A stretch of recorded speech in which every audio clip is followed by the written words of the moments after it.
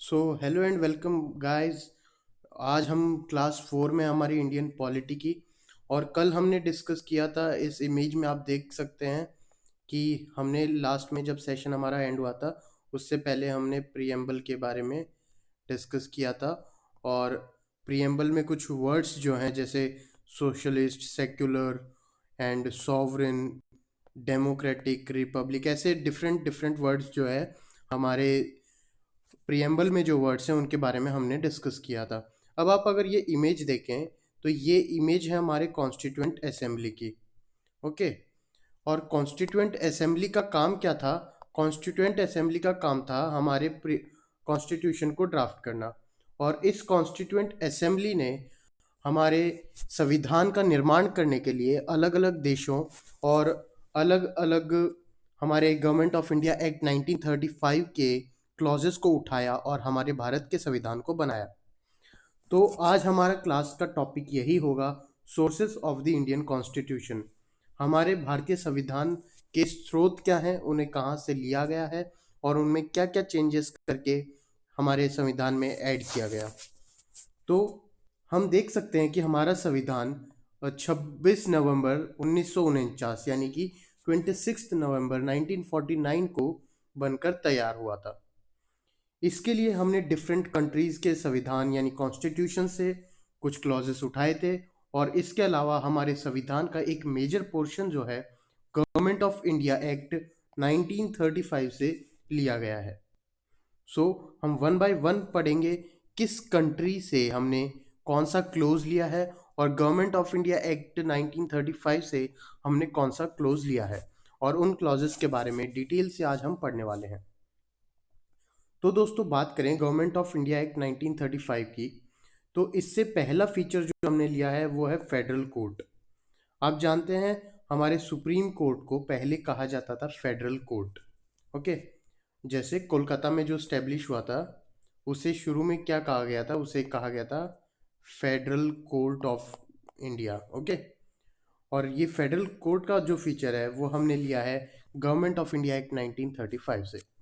इसके बाद में इमरजेंसी प्रोविजंस जो हैं वो भी हमने कहाँ से लिए हैं, वो भी हमने गवर्नमेंट ऑफ इंडिया एक्ट 1935 से लिए हैं।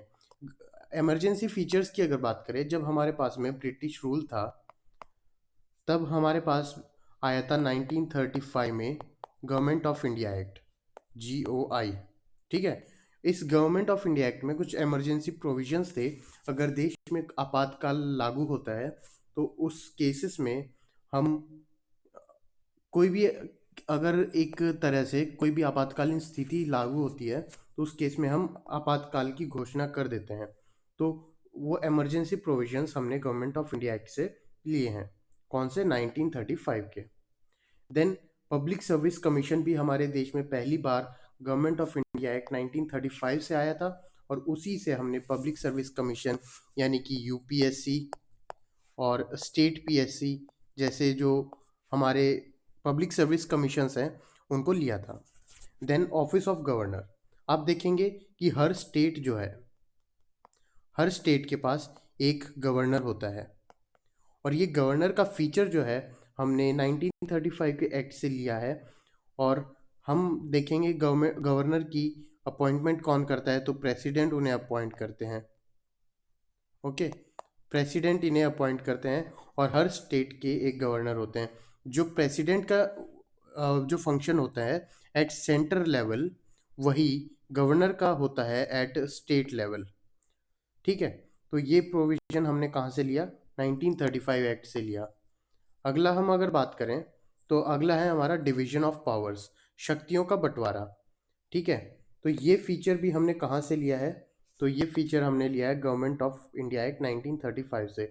आप देखेंगे हमारी जो देश की पावर्स है वो डिवाइडेड है लेजिस्लेटिव, जुडिशरी एंड एग्जीक्यूटिव में। लेजिस्लेचर जो है वो हमारे लिए लॉज बनाएगा। ठीक है। कानून जो बनाने का काम है वो किसका है? लेजिस्लेचर का। जुडिशरी को हमने दिया जस्टिस का। जो जस्टिस मुहैया कराता है वो कौन है? जुडिशरी। कि किसी ने अगर कोई अपराध किया है तो उसकी सजा देने का हक ना एग्जीक्यूटिव के पास है ना लेजिस्लेचर के पास है, वो सिर्फ और सिर्फ जुडिशरी के पास है। देन हमारे देश की कानून व्यवस्था को बनाए रखने के लिए हमने एग्जीक्यूटिव को ये पावर्स दी। जो हमारे देश की एग्जीक्यूटिव अथॉरिटी जो है, एग्जीक्यूटिव बॉडी जो है, वो क्या करेंगे, वही लोग हमारे कानून व्यवस्था को बनाकर रखते हैं। आप देखेंगे जैसे पुलिस हो गया, आर्मी हो गए, देन वेरियस कॉर्पोरेट यूनियंस हो गए, ये क्या है, ये सब एग्जीक्यूटिव्स हैं। ये हमारे देश की कानून व्यवस्था को बनाकर रखते हैं और यही होता है डिवीजन ऑफ पावर्स। ठीक है। देन हमारे पास जुडिशरी है। जुडिशरी का फीचर भी 1935 को गवर्नमेंट ऑफ इंडिया एक्ट से लिया गया है कि हमारे पास एक न्यायिका होगी। ऐसा नहीं है कि जैसे पहले होता था कि राजा होता था, एक किंग होता था और वही जो है फैसले सुनाता था, वही कानून बनाता था। तो अब क्या किया, लॉज बनाने के लिए हमारे पास लेजिस्लेचर है, जस्टिस के लिए जुडिशियरी है और लॉज को एनफोर्स करने के लिए हमारे पास एग्जीक्यूटिव है। देन एडमिनिस्ट्रेटिव डिटेल्स भी हमारा प्रोविजन जो है 1935 से लिया गया है कि किस तरह से हमारे देश की कानून व्यवस्था को बनाया रखा जाएगा। डन। तो ये हमने पढ़े कि हमारे गवर्नमेंट ऑफ इंडिया एक्ट 1935 से हमने कौन से फीचर्स अडॉप्ट किए थे। अब हम बढ़ते हैं आगे और हम देखेंगे कि यूनाइटेड किंगडम से हमने कौन कौन से प्रोविजंस लिए। यूनाइटेड किंगडम अगर बोलें तो आप बोल सकते हैं ब्रिटेन से हमने कौन से फीचर्स लिए हैं। ठीक है। ब्रिटेन से हमने पहला जो है वो है पार्लियामेंट्री गवर्नमेंट। पार्लियामेंट्री गवर्नमेंट से आप क्या समझते हैं, हमारे पास एक संसद होती है। ठीक है। एक पार्लियामेंट होता है और वही हमारे देश के लिए कानून बनाता है, यानी कि लेजिस्लेचर जो है वो कहाँ बैठता है, हमारा पार्लियामेंट में। डन। इसके बाद में रूल ऑफ लॉ, यानी कि कानून के हिसाब से ही हम काम करेंगे, कानून का ही जो है हम पर हक होगा। कानून के बाहर जाकर ना ही हम लॉज बना सकते हैं, ना ही हम जस्टिस दे सकते हैं, ना ही हम उन्हें एनफोर्स कर सकते हैं। जो हमारे लॉ में लिखा हुआ है वही हम कर सकते हैं। कि मान लीजिए किसी को 302 के तहत उसको सज़ा देनी है, तो वो सज़ा वही हो सकती है जो लॉ में हमारे कानून में लिखा हुआ है। डन। इसके बाद में है लेजिस्लेटिव प्रोसीजर। हम कानून बनाने के लिए एक डिफाइंड प्रोसेस को फॉलो करते हैं और वो प्रोसेस हमने कहाँ से इस्टेब्लिश किया हमारे कॉन्स्टिट्यूशन में, तो वो हमने यूके या फिर ब्रिटेन से लिया है। देन सिंगल सिटीजनशिप, यानी कि एकल नागरिकता। एकल नागरिकता जैसे आप अगर अमेरिका में जाएंगे या फिर मैं बोलूँ यूएसए में जाएंगे, तो यूएसए में ड्यूअल सिटीजनशिप है। ड्यूअल बोले तो एक होता है सेंट्रल सिटीजनशिप और एक होता है स्टेट सिटीजनशिप। अगर आप अमेरिका के न्यूयॉर्क में रहते हैं तो आपको एक न्यूयॉर्क की सिटीजनशिप मिलेगी और एक अमेरिकन सिटीजनशिप मिलेगी। अगर मैं कैलिफोर्निया में रहता हूँ तो मुझे एक कैलिफोर्निया की सिटीजनशिप मिलेगी और एक अमेरिकन सिटीजनशिप मिलेगी। ये होता है ड्यूअल सिटीजनशिप। और हमारे पास क्या है, हमारे पास है सिर्फ सिंगल सिटीजनशिप। सिंगल सिटीजनशिप कैसे, कि हम सिर्फ भारत के नागरिक हैं। मैं राजस्थान, दिल्ली, हरियाणा, केरला, तमिलनाडु, मणिपुर कहीं पर भी रहूं, मैं भारत का नागरिक हूँ। मैं सिर्फ और सिर्फ भारत में ही मुझे नागरिकता मिलती है। मुझे राजस्थान की या फिर मुझे दिल्ली, हरियाणा, पंजाब, तमिलनाडु, मणिपुर, नागालैंड किसी स्टेट की मुझे सिटीजनशिप नहीं मिलती। इसके बाद में आता है कैबिनेट सिस्टम। जब हमारी सरकार इलेक्ट होकर आती है तो सरकार का पहला काम क्या होता है कि मिनिस्टर्स की कैबिनेट बनाई जाती है। किसी को लॉ मिनिस्ट्री दे दी, ओके, किसी को होम मिनिस्ट्री दे दी, किसी को डिफेंस मिनिस्ट्री दे दी। ऐसे अलग अलग जो है कैबिनेट सिस्टम बनाया जाता है। और ये कहाँ से हमने अडॉप्ट किया है, ये हमने यूके से यानी कि ब्रिटेन से अडॉप्ट किया है। Then prerogative writs. Prerogative writs से मतलब है कि जो हायर अथॉरिटीज़ होती हैं वो लोअर अथॉरिटीज़ को, अगर वो अपने जुरिस्डिक्शन से बाहर जाते हैं या फिर अपनी पावर्स से बाहर जाते हैं और अपनी पावर्स या फिर जुरिस्डिक्शन से बाहर जाकर कोई काम करते हैं, तो उसके लिए ये इन्हें रिट्स इशू कर सकते हैं। और 5 तरह की रिट्स हमारे पास होती हैं। डन। तो ये प्रेरोगेटिव यानी उनको बोल सकता है कि आपने ये काम अपनी क्षमताओं से बाहर जाकर किया है, तो ये काम गलत है और इसे खारिज कर देते हैं। ये भी हमने अडॉप्ट किया है यूके से। देन पार्लियामेंट्री प्रिविलेजेस, कि एक मेंबर जो है, कोई मेंबर है, वो इलेक्ट होकर पार्लियामेंट में जाता है तो उसे कुछ इम्यूनिटीज मिलती हैं comparative to other citizens of India. जो अदर सिटीजन्स ऑफ इंडिया हैं उनके कंपैरिजन में उन्हें कुछ प्रिविलेजेस मिलते हैं, जैसे कि उन पर केस चलाने से पहले अगर कोई क्रिमिनल केस उनके ऊपर चलना है, क्रिमिनल प्रोसीडिंग्स होनी है, उसके पहले उन्हें कुछ फॉर्मेलिटीज से गुजरना पड़ता है। अगर वो मेंबर हैं तो उन पे डायरेक्ट केस नहीं चलाया जा सकता, उन्हें डायरेक्ट अरेस्ट नहीं किया जा सकता। ये कुछ होती है पार्लियामेंट्री प्रिविलेजेस जो कि हमने यूनाइटेड किंगडम से बोरो किए हैं। देन वी हैव बाइकैमरलिज्म, इसे हिंदी में बोलते हैं द्विसदनात्मक व्यवस्था, यानी कि हमारे पास टू हाउसेस होते हैं, one is the upper house and one is the lower house. हमारे यहाँ पर अपर हाउस बोलते हैं राज्यसभा को एंड लोअर हाउस बोलते हैं लोकसभा को। ठीक है, तो ये द्विसदनात्मक या फिर बाइकैमरलिज्म हमने कहाँ से अडॉप्ट किया है? तो हमने ये अडॉप्ट किया है यूके से। डन। तो यूके के बाद हम बढ़ते हैं ऑस्ट्रेलिया में, और ऑस्ट्रेलिया से हमने क्या क्या अडॉप्ट किया है वो हम देखते हैं। तो दोस्तों, ऑस्ट्रेलिया से पहला है कॉन्करेंट लिस्ट। जैसा कि आप जानते हैं हमारे पास 3 लिस्ट होती हैं। कौन कौन सी?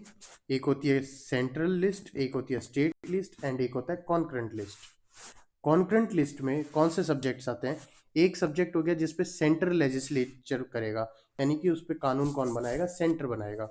एक सब्जेक्ट्स होते हैं कि जिसपे स्टेट कानून बनाएगा, और कुछ सब्जेक्ट्स ऐसे होते हैं जैसे कि एजुकेशन हो गया, उस पे सेंटर और स्टेट दोनों कानून बना सकते हैं, तो वो आते हैं कॉन्करेंट लिस्ट में।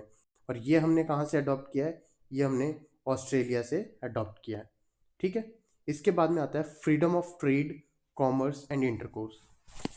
आज अगर मैं चाहूँ, मैं अगर दिल्ली में बैठा हूँ और मुझे जाकर केरला में अगर कोई बिजनेस करना है, या फिर वहाँ पर मुझे कोई जॉब करनी है, या फिर मैं वहाँ जाकर सेटल होना चाहता हूँ, या फिर मैं किसी भी XYZ रीज़न से वहाँ पर जाता हूँ, तो मैं इसके लिए आज़ाद हूँ, मैं इसके लिए पूर्णतः आज़ाद हूँ। और ये आज़ादी मुझे कहाँ से मिलती है? संविधान से मिलती है। और हमारे संविधान में ये फीचर कहाँ से अडॉप्ट किया? तो ये हमने अडॉप्ट किया है ऑस्ट्रेलिया से। इसके बाद में अगर हम बात करें, अगला फीचर है joint sitting of the 2 houses of parliament. हमारे पास एक राज्यसभा है, एक लोकसभा है। ओके, अब प्रेसिडेंट अगर चाहे इन दोनों हाउसेस की एक जॉइंट सिटिंग बुला सकते हैं, और इस जॉइंट सिटिंग का फीचर जो हमने लिया है वो हमने लिया है ऑस्ट्रेलिया से। इसके बाद में जो हमारे संविधान के प्रियम्बल में जिस भाषा का उपयोग किया है वो भी हमने ऑस्ट्रेलिया से बोरो किया है। तो ये कुछ फीचर्स है जो आपको याद रखने हैं। और इसके अलावा आपको जैसे जैसे हम पढ़ेंगे आगे, जैसे हम इसके बाद में फंडामेंटल राइट्स पढ़ेंगे, तो इससे पहले सिटीजनशिप पढ़ेंगे, है ना, और इसके बाद में DPSPs पढ़ेंगे। तो हर फीचर के साथ हम ये भी बताएंगे कहाँ से बोरो किया है, और उसके बाद में इलेबोरेट भी करेंगे। लेकिन एट योर ग्लैंस सारी चीज़ें हों, आपके फिंगर टिप्स पर हों, इसीलिए हमने अलग से भी आपके लिए ये नोट्स बना दिए ताकि आप इन्हें सिर्फ रिवाइज करें और आपको पता चल जाए कौन सा फीचर किस कंट्री से हमने बोरो किया है। तो इसी के साथ बढ़ते हैं, अगली हमारी कंट्री है जिससे हमने हमारे संविधान के क्लॉजेस को बोरो किया है, वो है हमारी आयरलैंड। ओके, आयरलैंड से हमने क्या बोरो किया है? पहला है DPSPs, directive principles of state policies. DPSPs होते क्या हैं? नीति निर्देशक तत्व इन्हें हिंदी में हम बोलते हैं। और जब हम हमारी सरकार या फिर हमारा लेजिस्लेचर कुछ लॉज या फिर कुछ कानून बनाता है, तब उसे किन बातों का ध्यान रखना चाहिए वो सब लिखा हुआ है DPSPs में। ठीक है, तो ये हमने बोरो किए हैं आयरलैंड से। इसके बाद में अगर हम बात करें nomination of members to Rajya Sabha, आप जानते हैं एक होता है इलेक्शन, एक और एक होता है नॉमिनेशन। दोनों में अंतर क्या है?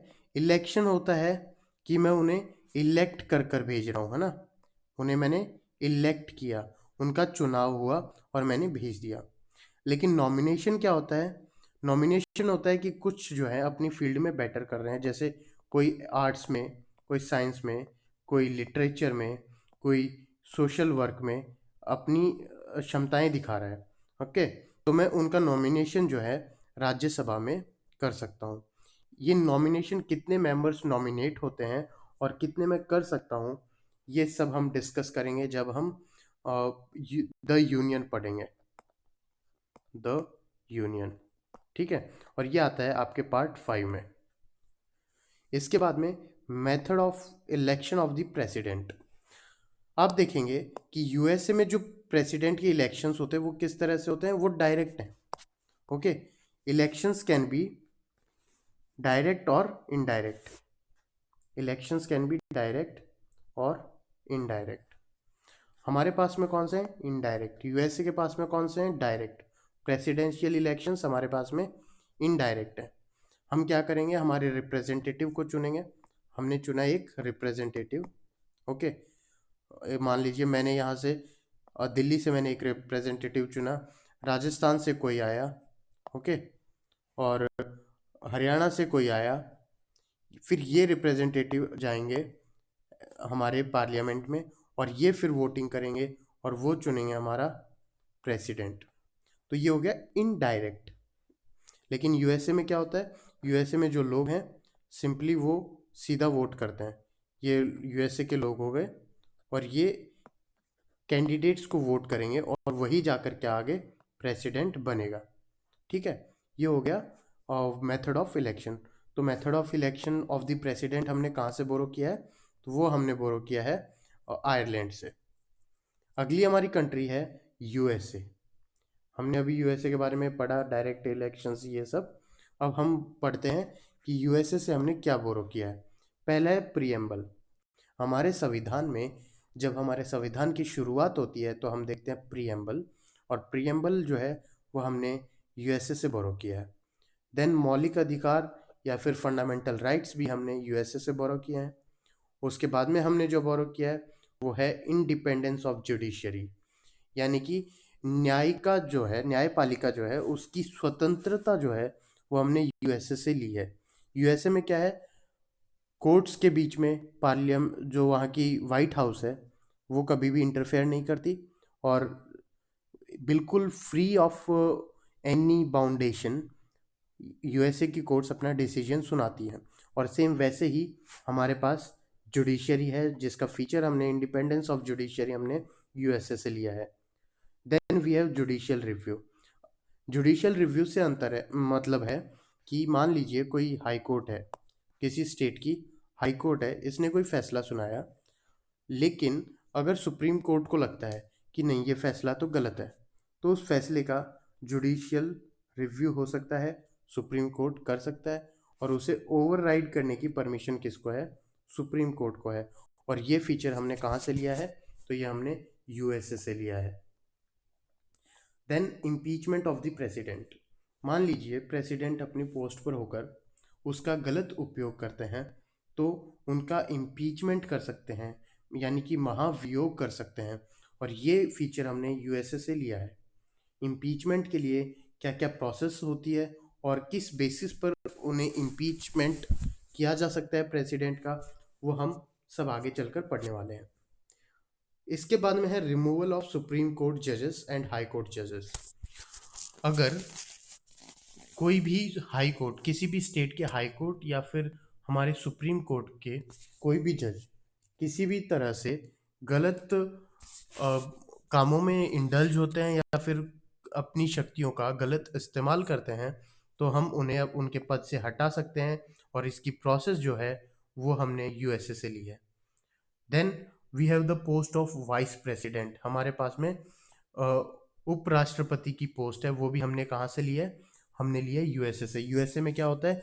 एक होते हैं प्रेसिडेंट, उनके नीचे आते हैं वाइस प्रेसिडेंट। ओके, तो ये फीचर हमने कहाँ से लिया है? यूएसए से। और हमारे वाइस प्रेसिडेंट क्या होते हैं?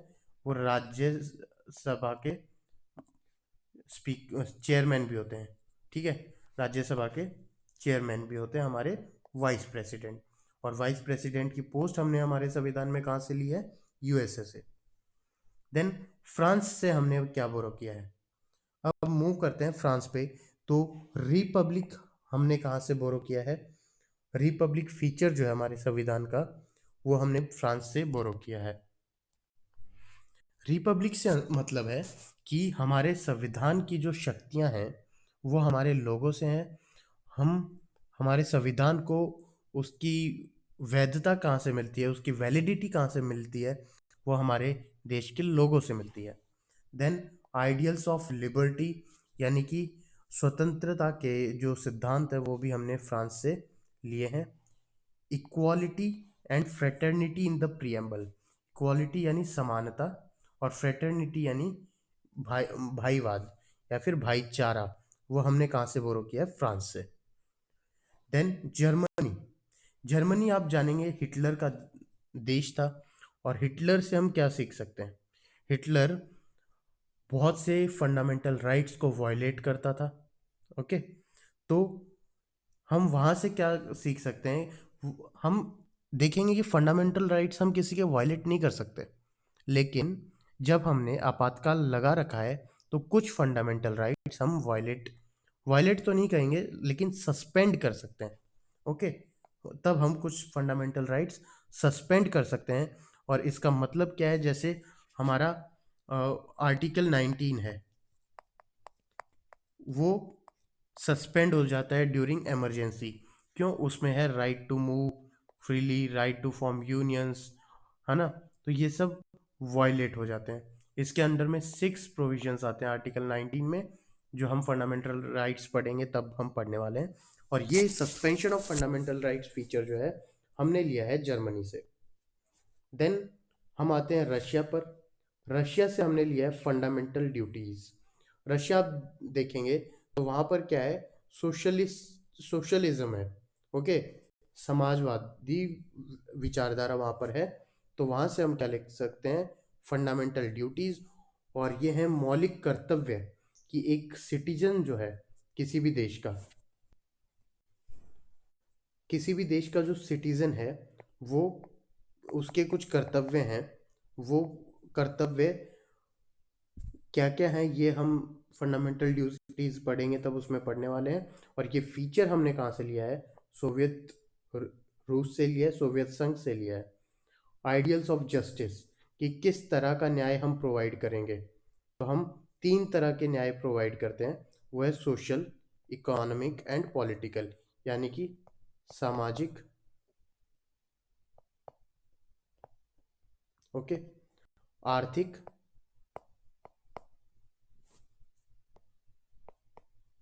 आर्थिक एंड पॉलिटिकल यानी राजनीतिक। तो ये कुछ राइट्स हैं जो हम प्रोवाइड करते हैं हमारे सिटीजन्स को। ओके, इसके बाद में अगर बात करें, हमने कनाडा से भी, कनाडा के संविधान से भी हमने कुछ चीज़ें बोरो की है। और वो चीज़ें क्या हैं, तो कनाडा के संविधान से हमने पहला जो फीचर लिया है वो है federation with a strong centre. हमारे पास में क्या है, एक फेडरेशन है कि हमारे पास स्टेट्स हैं, उसके ऊपर यूनियन है, और इसी को बोलते हैं फेडरल सिस्टम। ओके, तो ये हमने लिया है। लेकिन उसमें एक फीचर है कि हमारे पास सेंटर स्ट्रांग है। ओके, हमारा जो सेंटर है वो स्ट्रांग है और स्टेट्स वीक है, स्टेट्स वीक हैं। ये फीचर कहाँ से लिया है, कनाडा से। इसके बाद में दूसरा फीचर जो हमने कनाडा से लिया है वो है ग्रीट ग्रीटिंग कार्ड दीजिए, ग्रीटिंग नहीं होगा, वेस्टिंग होगा ये। Okay, VESTING, wasting, wasting of residual powers, ये हो गया wasting of residual powers in the centre. यानी कि अगर कोई शक्तियाँ जो कि किसी भी लिस्ट में, स्टेट लिस्ट, यूनियन लिस्ट या फिर कॉन्करेंट लिस्ट में मेंशन नहीं है, तो उस पे न्याय बनाने का हक किसका है, तो वो सेंटर का है। ये फीचर हमने कहाँ से लिया है, ये हमने कनाडा से लिया है। देन अगला फीचर जो हमने लिया है वो है appointment of state governors by the centre. State governor कौन अपॉइंट करता है, तो प्रेसिडेंट अपॉइंट करते हैं। ये फीचर हमने कहाँ से लिया है, कनाडा से। ठीक है, then advisory jurisdiction of the supreme court, कि सुप्रीम कोर्ट ने अगर कोई फैसला सुनाया तो जो लोअर कोर्ट्स हैं जैसे कि हाई कोर्ट, डिस्ट्रिक्ट कोर्ट, ये जो है इस फैसले को एज एडवाइजरी जुरिस्डिक्शन कंसिडर कर सकते हैं। अब यहाँ पर आपके लिए कंफ्यूजिंग पॉइंट होगा अपॉइंटमेंट ऑफ स्टेट गवर्नर्स, ठीक है। और हमने एक पहले पढ़ा था जो है वो है पोस्ट ऑफ गवर्नर, ठीक है। हम आ जाते हैं पोस्ट ऑफ गवर्नर पर, एक सेकेंड।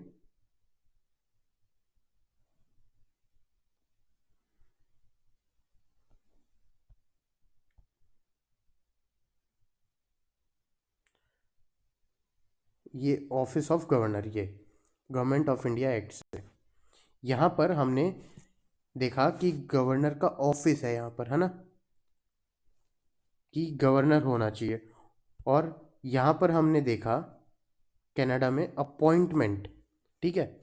अब इन दोनों का अंतर क्या है कि गवर्नर की पोस्ट जो है वो तो हमने 1935 एक्ट से ले ली कि हर राज्य का एक गवर्नर होगा, लेकिन उस गवर्नर को अपॉइंट कैसे किया जाएगा, वो जो प्रोसेस है उसके अपॉइंटमेंट की, वो हमने ली है कनाडा से, ठीक है। ये हो गया इन दोनों के बीच में एक डिफरेंस। इसके बाद में हम अगले पॉइंट पर चलते हैं। हमने साउथ अफ्रीका से क्या क्या बोरो किया है, तो आप देखेंगे पहला जो हमने साउथ अफ्रीका से बोरो किया है वो है अमेंडमेंट ऑफ द कॉन्स्टिट्यूशन।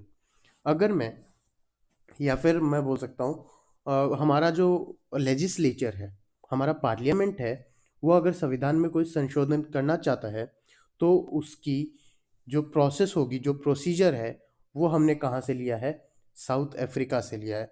हम हमारे संविधान में दो तरीके से संशोधन कर सकते हैं। वो दो तरीके कौन से हैं, एक होता है सिंपल मेजॉरिटी और एक होता है स्पेशल मेजॉरिटी, ठीक है। और ये हमने बोरो किया है साउथ अफ्रीका से।